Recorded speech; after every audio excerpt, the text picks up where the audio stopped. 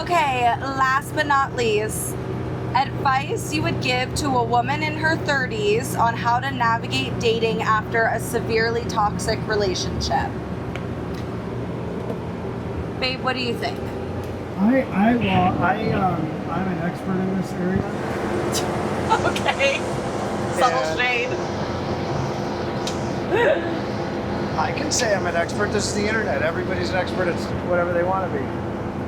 And I'm an expert in this. All right, what's your advice? The advice is you don't worry about the dating. You have to do the things that you love and find your jam. And this is the reason why this is important. Because once you're like pouring into yourself and investing into the things that you love that bring you the most fulfillment, you're naturally gonna be around people that have similar values and interests, and that's when you'll find the person in your life that is a good fit. Girl, stop talking. All the shit that people are thinking but not saying. I'm not even like drunk. I've just been like drinking. Are you still talking? Girl, stop talking. Happy fucking Monday, bitches. Woo! I am here in the motorhome. If you're watching, you can see we are quite literally on the road, people. We are heading, well, by now you guys know, we're heading to Vegas, and we're going to the Sphere to see the Insomniac Tomorrowland collab, which we have no idea what to expect. It's just like a turnaround trip, super simple, super easy, and I keep saying we because I have my man here with us. Say hello! Hello! He's multitasking. And I asked you guys to help a sister out. Oh my god, this is crazy. It's the worst road you could pick.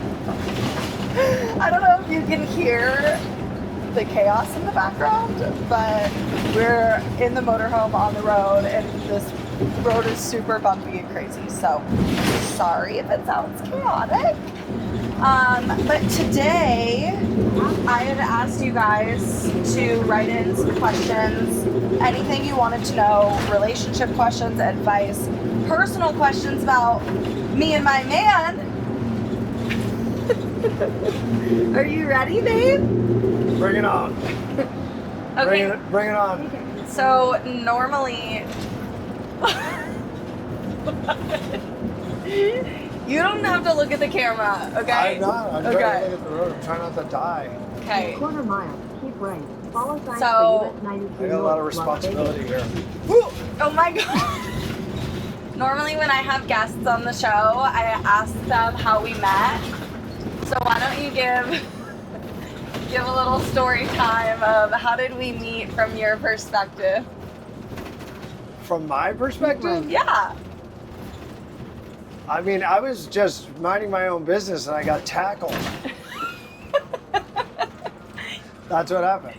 You got tackled? Yeah, you tackled me. Okay, can we give a little more context? Come on, you're a talker, you're a storyteller. Don't choke up on me now. Well, the story was we were down at the lake and our friend, Don't mention any names, God forbid. our friend invited your friend to come out on the boat. Yep. And your friend, I guess, got you involved, and we all ended up there. And then the part that was a little freaky for me was our friend that was like my buddy that knows your friend just got up and said he had to leave. So then he kind of like left me with you ladies. I didn't know anyone. And I was like, okay, this is gonna be interesting. Not to mention, we were like in our chaotic drinking phase then, and so I'm pretty sure we like brought a bottle of vodka and we were just like doing vodka shots on the boat. had no idea who these people were. Okay, and then what happened? I don't know. Anyway, so it was all a little bit random. I remember having like a moment of anxiety where I was like, this is either going to be good or this is going to get fucking weird real fast. And I don't know, but then we went out and we had fun, and I think like at some point there was some drama because we got the boat stuck. We got the rope swung up around the propeller on the boat, like way out in some cove. So we were kind of trapped out there. See, this was my gray area. And then, you were probably grayed out. That's why. This is the gray area part for me, where I like vaguely remember my girlfriend trying to like hold her breath under the water and like take the rope and use, what was it called, the prop to like break the rope, which was like all sorts of sketchy. And then anyways, long story short, we ended up getting out of that predicament, and then we were like riding back into the sunset. And then what happened? Well, you skipped over the grayed out part where you tackled me. I didn't tackle you then. Oh, yes, you did. On the boat? Yes, you did. No, I pushed you. No, you tackled me. No, I tried to push you off. No, you took a run at me like this and tried to take me out. Yeah. No, I That's didn't. What you did. Yes, you did. I thought you were going straight to when I tackled you onto the bed. No, well, that was another tackle. You were really in a tackling kind of mood that day, I guess. I don't know. So aggressive. Which is exactly what I need, because I'm not a subtle signs person, so it worked out really well. That's why we're still here. I'm not good communication from day one. I'm not a linebacker. I didn't tackle you. I didn't say linebacker. That's what I heard. I didn't say, well, you heard it from Let someone. me know in the comments. I didn't say linebacker. That's not very flattering. No. Yeah, you tackled me. We were like, everybody was playing around or whatever and jumping off the boat, and you like tackled me off the boat. And I was like, why did this chick just tackle me? That's very like touchy-feely. Like too touchy-feely? I mean, I was a little like, noticeable. Getting tackled by a chick, you're kind of like, hard to ignore that one. I don't like this version of the story. Mine's better. Yeah, all right. The grayed out version's better. I didn't tackle you. Yes, you did.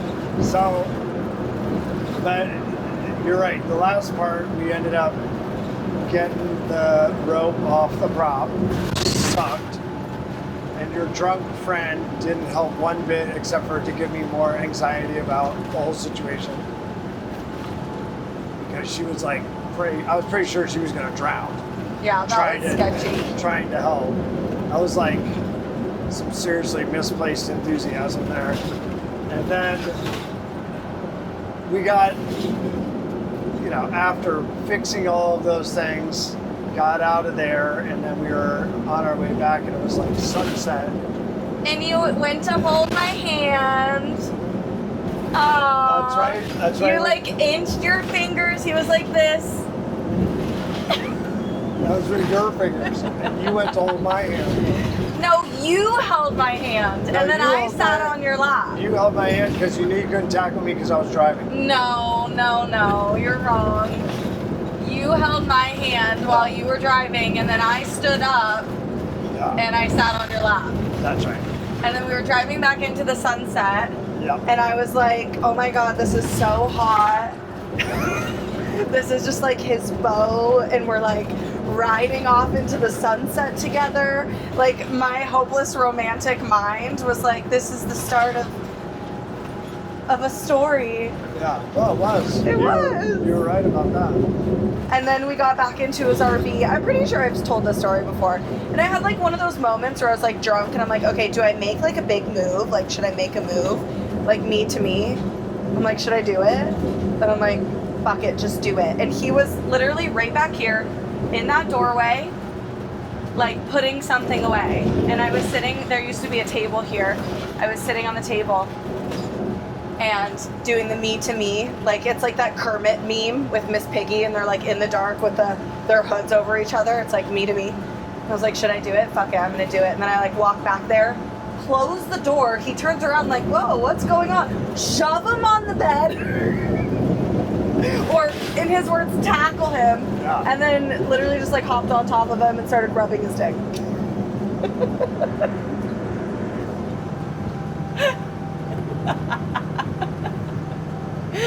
Right? That might happen. Babe, what did you expect? This is the show. I was definitely that. So And then you ran. And then I ran. Yep. Then I ran away. But I did leave things. Yeah. You left all your shit. You ran so long. I ran so fast and I left my stuff and then we ended up reconnecting and, you know, here we are. You left your stuff on purpose. 6 years later. I honestly didn't leave it on purpose. Yeah, you did. No, I didn't. Yeah, you did. You'll never admit it, but you did. No. Yeah, she left all her personal stuff, like her. My God lunch box, God forbid my your water bottle. your like Stanley Cup thing or whatever.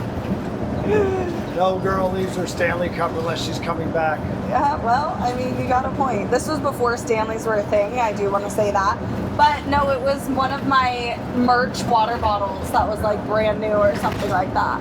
Yeah. I was like, no, I need it. Yeah, So now that you've gotten to recap on a little story of how we became, we're still here 6 years later. in the place that we met. In the place we met. Oh my God, you know what's so funny that I totally haven't talked about yet is I was talking with one of my clients and she was asking me what we do to celebrate our anniversary. And it's like, you know, you've been with someone for so long when you actually like forget about your anniversary, but it wasn't just one of us, it was both of us. We both completely just spaced. And then once I like thought of it, I was looking back on the calendar date thinking like, what the fuck were we doing? And we were actually together doing what we loved. Yeah. Riding motorcycles and eating and traveling around and getting food. Yeah. And Just not labeling it. just not labeling it. I don't know, it was very cute, very wholesome. Okay, now that we got past that, we're just gonna get straight into this episode. Today we are talking about relationship questions and advice, and we're gonna answer some of the things that you guys wrote in. I'm nervous. Are you nervous? But no, I'm not nervous. The truth will set me free. All right, here we go. Okay, I had to get a drink for this one. I don't know why I'm nervous. For one, I've never had my man on my show, so there's a little pressure because I normally do recordings solo, and like I know he's not judging me, but I feel judged when he's around. What the hell's that all about? I don't know. I can't answer it. I'm not judging. No, he's like the most supportive person, quite literally. But it feels uncomfy to like do influencing content around to him for some reason. So anyways, I'm gonna work on that. While I'm working on that, Cope with alcohol. I am gonna be drinking a little bit. And Turn to alcohol to cope. we are going to start answering some questions. We're just gonna go with the flow and see how this goes here. Okay, let's start off with something easy. How have you guys made long distance work for so long? Babe, you wanna answer that one? Yeah. I don't know. I don't really even think about it that much. Like, well, two things. I think you and I are both pretty independent and we like, you know, sort of want or need or whatever, take advantage of the time that we have when we're just flying solo. So it's not, you know, there's value in being together, but we also have value in the time when we're not together. So I think that's part of it. If you're maybe not that kind of person, I don't know, man, that might suck. Yeah. And then the other thing is, I mean, we're not that far apart. Yeah, we're like You know, and there's 2 only- hours. Yeah, and I think the other part of that conversation is like, you know, quantity versus quality is a big, you know, part of that. Like, there's a lot of people, you live with somebody full time or whatever in the same household, and you're still not spending a lot of quality time together. Yeah, no, I can agree with all of that. I think, like, when I get asked this question on the day-to-day, I usually respond very similarly. Also, like, you have to, the time that we spend together is very intentional. So it's always having to come up with a plan, making time on our schedule, knowing that, like, the time that we do spend together is quality time, you know, whether it's just like watching TV or, you know, traveling to go somewhere. It's all very intentional, and there's no complacency, because if we want it to work, we have to make it work. Yeah. Yeah, I think that's the other thing, is it adds a dynamic of like, you know, deliberate effort instead. It's a much more active type of relationship. There's less sort of passive results. Yeah. Put it that way. The results are from taking action, not from just being What do you around. always say about us, like, if we were to live together? That I would drive you crazy. That's what he says to deflect us being together, huh? I didn't. Yeah, that's a reason you made up. Oh, I'm just kidding. I'm just kidding. Just kidding. Okay, let's hit another one. What is Tatum's biggest red flag? If you have a felony.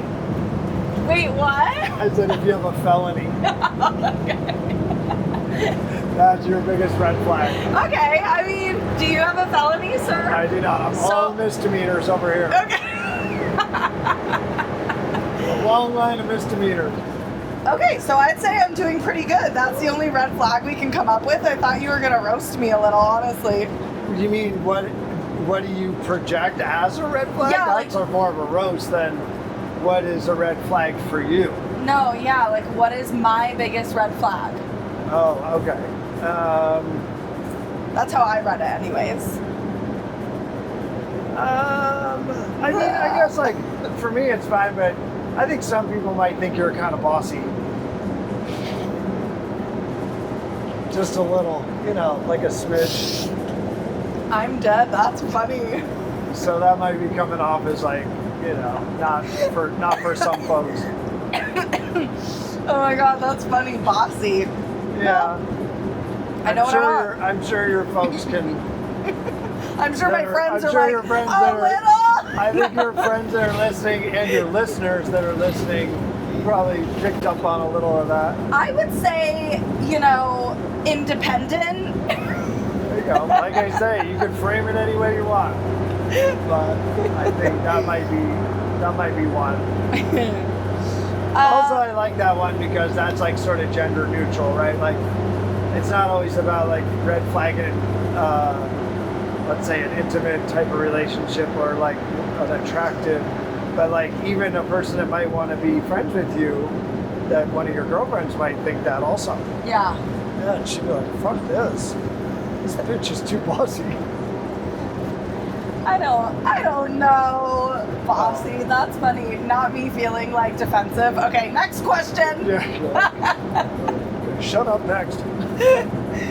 Let's see. I'm gonna answer this one. What is the most underrated green flag in a partner? Actually, we should both answer. Underrated? Yeah, like something that doesn't get enough credit. My answer is a man that knows how to work with his hands and fix things. This should get more attention, because if you have to hire someone to hang a fucking TV with your man in the house, you're not dating a man. You're dating a bitch. I always say a man without tools is a half a man.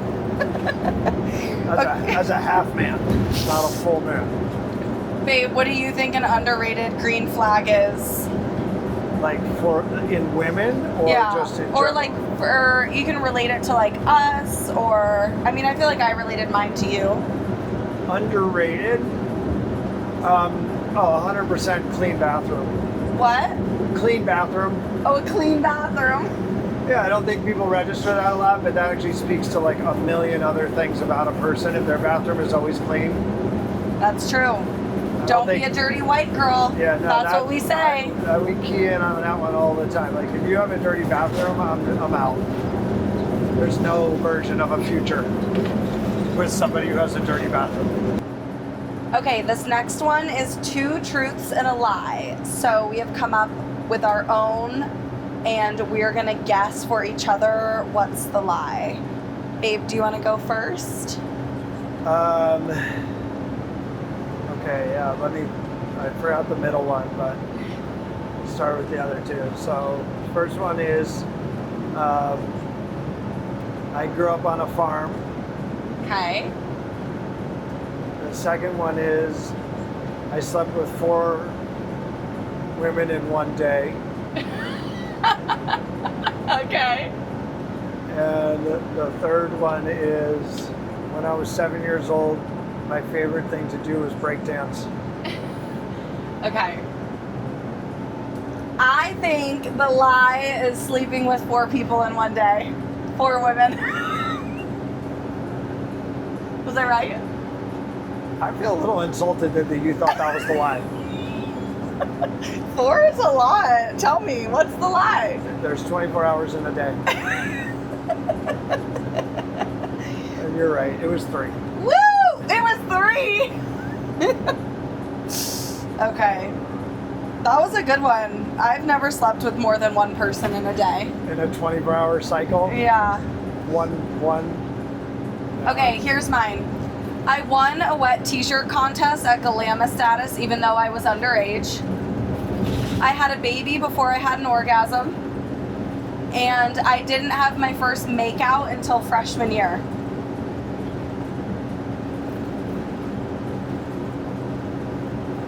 I think the make out in your freshman year is a lie. You're wrong.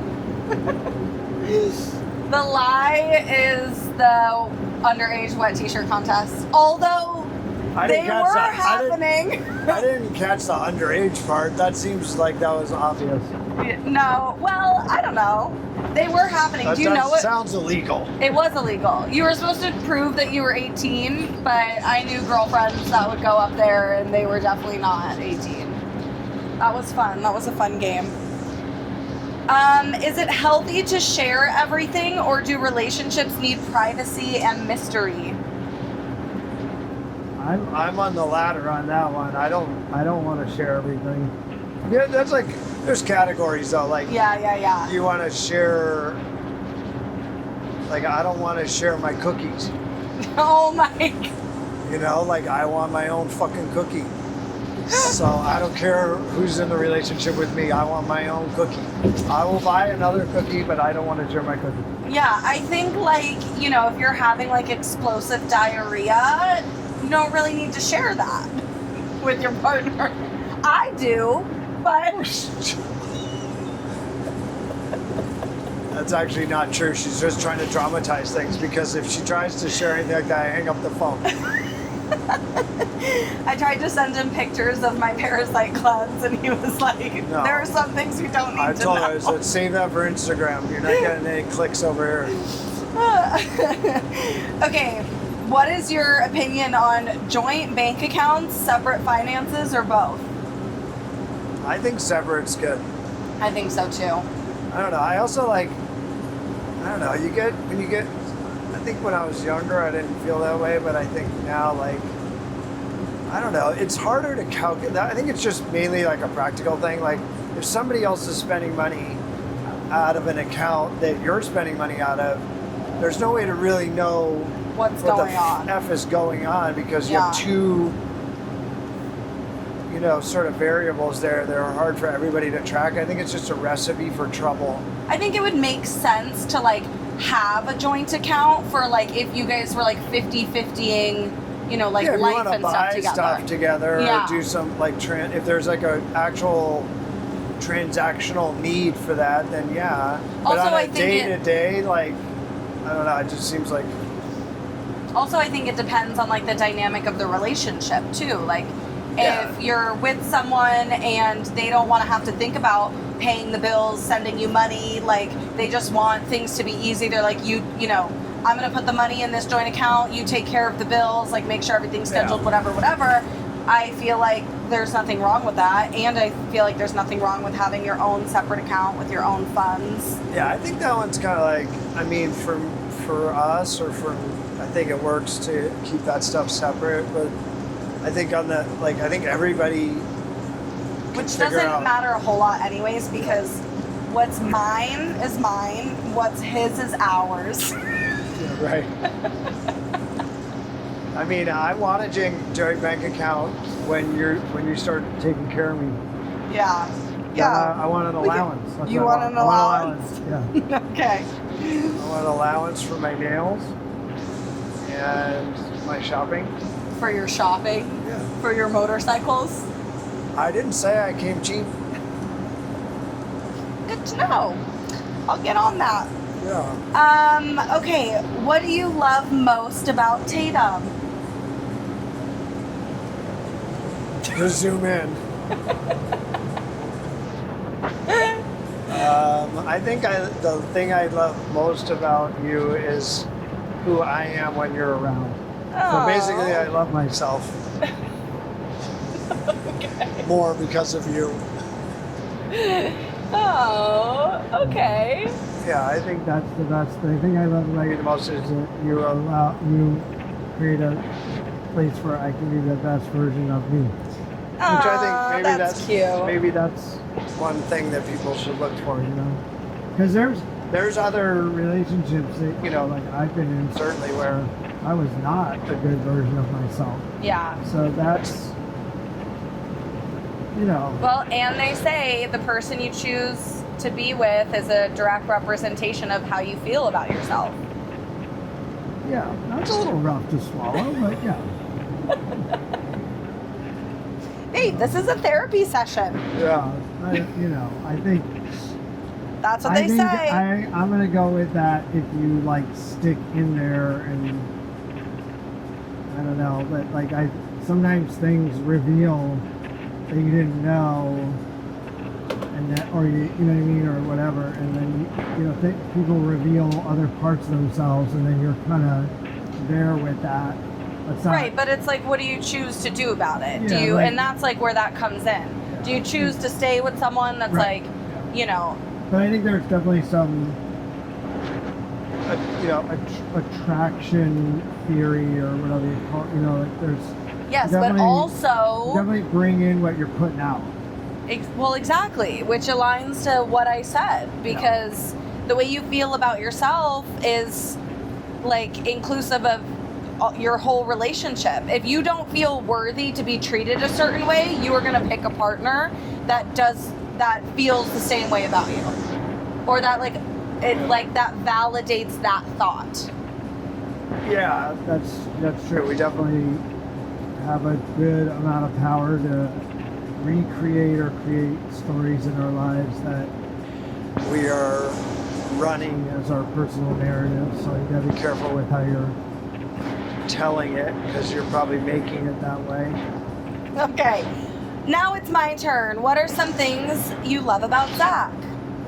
Oh, well, I will say, this is a fun way to answer the question is we went to therapy together like a couple years ago for like a year, and a really fun exercise that our therapist made us do was write our vows to each other, which I just found the other day, and I did a great job, if I do say so myself. And I feel like, some of the things that I love it's hard to piggyback off of your answer, because I do feel the same way. Like, I'm able to show up as the fullest version of myself and not be able to, or not have to like dim my own light. So that's like a huge plus. But also just like the way you love me. He's patient and kind and not reactive, even if I'm like, PMSing or getting frustrated or overstimulated. It's like, you just hang up. Shut up. No, he doesn't. No, it's just the patience and the kindness, and very like secure and just understanding of life and situations. And I think the not being reactive is like huge. Like, I don't think you've ever, like, you don't really argue, which No. is crazy. No, we don't argue. Yeah. I mean, Some people would say that's not healthy. I don't know. I don't agree with that, but because I mean, yeah, no, I mean, I could see where it would be. It some could people be say unhealthy. Some people say you're yeah. Like, because if you're just avoiding things and not having tough conversations, then I think that would be yeah, that's not healthy. the pivot point. But no, like, we really are able to like sit down and have honest conversations and come from an understanding place. And I just feel like we've both done a lot of work on ourselves, and that's why we're able to, like, just, I don't know, to show up the way that we need to show up and be understanding. Yeah. It's about accountability, people. You really got to be able to hold yourself accountable to have proper communication. And I think also people kind of mix up covering challenging discussion as like without the framework of arguing, or that you can't have a challenging conversation unless there's sides. Yeah. Or like right and wrong. I think that's like one of the things that same thing, right? that I've learned in communicating in general, especially with like my adult friendships. It's not about being right. It's just about understanding and hearing the person, like hearing where they're coming from, understanding that they have emotions and that they're entitled to, and like opening up a conversation to be empathetic and like understand that both things can be true. And you can be accountable for the things that you've done in that situation, which, you know. Yeah, I think the other one too is that I think people. I'm going to say, I don't want to say people. I think in my past, I felt that if the person in relationship with me didn't think like me or believe like me, that meant we weren't as close or as we should be or something. And that's actually not true either. Like making a partner, like going after someone that you're a partner with or having an intimate relationship with this kind of motivation that you both have to think the same way about something or believe the same thing about something or have the same angle on whatever the topic is, and that if you can't achieve that by convincing them, forcing them, coercing them, manipulating them, or whatever, selling it, that then somehow they're not like the right person, or you guys have this big disconnect. Well, I think that could be really challenging, though. Yeah, but I think the healthier version is that in a kind of like a good healthy relationship, you don't have to agree on everything. I can think something, I want to think the way I want to think about it, and you can have a different thought about it. And that doesn't make us distant or, like I say, like polarized or having some sort of argument. Right, but it can, like, there can be, what am I trying to say? I feel like you're arguing with me. Oh my God. But the problems can arise from that. Like the easiest ones are like, the biggest morals and values and like. Yeah, but that shit all comes from one thing in relationships, where any of the sort of toxicity around that comes from. It doesn't come from the topic. It doesn't come from the words or any of that, the structural stuff. It comes from feeling either respected or disrespected within the conversation. That's a good point. That's it. So if you don't feel that you're being respected, then you're going to start to want to fight. Right. That's a good point. So if everybody feels respected in their views, then there's no reason to start to wage war about it. Yeah. So there's like really kind of like two layers to that, but the respect's got to be there. Otherwise, there's no version of any of that other stuff. True. Okay, let's move forward. What are your pet names for each other? I call you babe. Huh? Babe. Yeah. And sweet baby Yeah. used to be one. I think it's just babe, my man. Child bride. No, stop. Speaking of brides, someone wrote in, when are you getting married? I mean, we already are married. We're not married. We're in a committed partnership. Yeah. Where this is much more significant. This Okay, let me ask a better follow-up. what? When do you plan on proposing to your woman? I'm not a big planner. Ah! I don't know. There's no like grand plan, like some strategical initiative. There should be. What are you Yeah. talking about? We're working it out in the war room. Oh my god, you're so unserious. I'm having a cabinet meeting about it later this week. No, we talk about it a lot. Yeah, we talk about it a lot, but also like I mean, I have the benefit of adding to that. I mean, it's not gonna practically or physically change anything that's going on in this relationship besides what it's called. Yes. And Excuse me. trying to pass. I'm still gonna get my motherfucking moment. Yeah, right. You're gonna get that's all fine. That's Gonna like get my moment. yeah. That's But, really like, what when it's you wake about. up in the morning though, it's gonna be exactly what you have right now. Yes, babe, I know. I don't think anything's gonna I'm a little change worried by you might us be a getting little- married. You might be a little disappointed. Stop. I hope you're. I don't know what Nothing's your I gonna don't know what your change. I expectations just want my are. hopeless romance movie moment. Yeah. So, if you have any questions, concerns, or need help with ideas, you can reach out to Rhiannon or Amanda. Yeah. Okay. I feel like I'm gonna try to navigate that on my own. That's terrifying.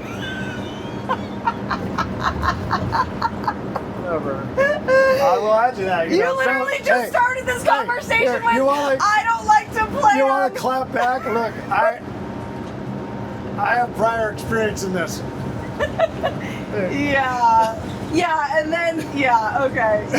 You can tell it's a triggering conversation. No, I mean it's. I'm literally sweating. Okay. Why are you sweating? What the hell? Okay, sorry, we have to take a short break. Why? Because you're sweating. Wipe your pits. It's getting hot up here. Okay, Coming into Vegas, baby. where do you see the relationship in 2 years? Honestly, just doing it, probably what we're doing right now. This is it. This is the relationship in 2 years. In fact, I'm not even sure what fucking day it is right now. What year is it? I think a follow-up question that I always get from people is like, oh, you've been together for 6 years and you live like separately. When are you guys gonna live together? Yeah. And I just feel like everything has worked out like these last 6 years, so I no longer feel pressed to be under the same roof. I also think we have kids. Between the two of us, we have 3 kids. They're all different ages and they're all in different stages of life. And we both put our kids before our relationship. So it's been like a It's really... kind of the unwritten rule. Yeah, it's been like a more of a challenge to be selfish in that way, just to say, oh, we're living together, and like uproot our kids' lives, or like, you know, the home that he's in is his kid's childhood home. Like some of these bigger, like there's more to it than just, oh, sell your shit and move in together. Yeah. Also, like we started this conversation with how independent we both are as people, and so there's like a piece of that for me specifically where I just don't think I would be happy with myself if I just sold all my shit and moved into his house. You know? Yeah. Like, I just don't think I would feel good about that. I don't have room for my shit at your house. Whatever. I gave you drawers. I got like a shelf. Yeah, and you know what? You want to play that game? Neither do I. You want to go look into your closet, babe? I have 4 hangers and no room for my shoes. This man has like 70 pairs of shoes. You're totally misrepresented. I don't care for you to disclose that online. My shoe collection, my shoe issues are no one's business but my own. Yeah. Plus the house, you know, it just there's one reflection of me in the home, which I do greatly appreciate. And it's the custom vanity that he put into the bathroom because I told him I wouldn't move in if there wasn't a vanity here. I met the minimums. What can I say? I have raised the bar. Okay. Yeah, people, it's just, she just keeps moving the fucking goalposts. That's what's going on. Last but not least, advice you would give to a woman in her 30s on how to navigate dating after a severely toxic relationship. Babe, what do you think? I'm an expert in this area. Okay. Subtle shade. I can say I'm an expert. This is the internet. Everybody's an expert at whatever they want to be. And I'm an expert in this. All right, what's your advice? The advice is you don't worry about the dating. You have to do the things that you love and find your jam. And this is the reason why this is important. Because once you're like pouring into yourself and investing into the things that you love that bring you the most fulfillment, you're naturally gonna be around people that have similar values and interests. And that's when you'll find the person in your life that is a good fit. Yeah. So it's not about the dating the successful dating is a byproduct of successful self development, attention, prioritization, and love. The dating that's successful comes from that. No, I love that. I feel like that was great advice. And to like sprinkle in my own thoughts, I think you have to, it's basically the same thing Zach said. You have to show up as the person you want for yourself. People have like these lists of what they want and who they want to date and who they want to be with, but you gotta flip that. Make a list about, the better list is the list of who I want to be. Yes. Not the list of who I want someone else to be. Yes. Which, by the way, you're never going to fucking control that. So that's a loser's game anyways. And no one's ever going to hit it all. So then you just end up running around for another decade from 30 to 40 years old. Like scorecarding all these fucking great, probably good people. And the other thing is like, you can't be like, oh, I want a man that's going to make X amount of dollars and blah, blah, blah, when you're struggling to make ends meet. Like, you have to make your goals realistic for yourself. You have to show up as the person you want to be, the partner you want to receive. That's probably one of the best exampals. Like, oh, I want somebody as a partner who's financially successful. It's like, well, are you? Well, yeah. So are you able to take care of yourself? So what that really means is I want to be financially successful. And here's what I'll tell you about that. If you are, and you start moving money in your life, you're going to be around people that are exactly those things.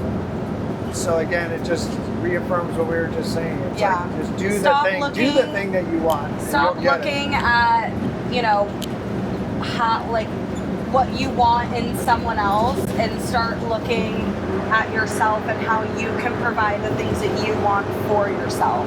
Because at the end of the day, it's about you. It's not about the other person. You want to be happy. You want to have a partner to share your life with. You want someone that's gonna respect you and love you and support you. Like, at the end of the day, it's about you, so it has to start with you. Stop thinking about other people and start thinking about how you can show up for yourself, because remember what I said earlier, and this is a full fucking circle moment, the partner you choose is a direct reflection of how you feel about yourself. And with that, good fucking night.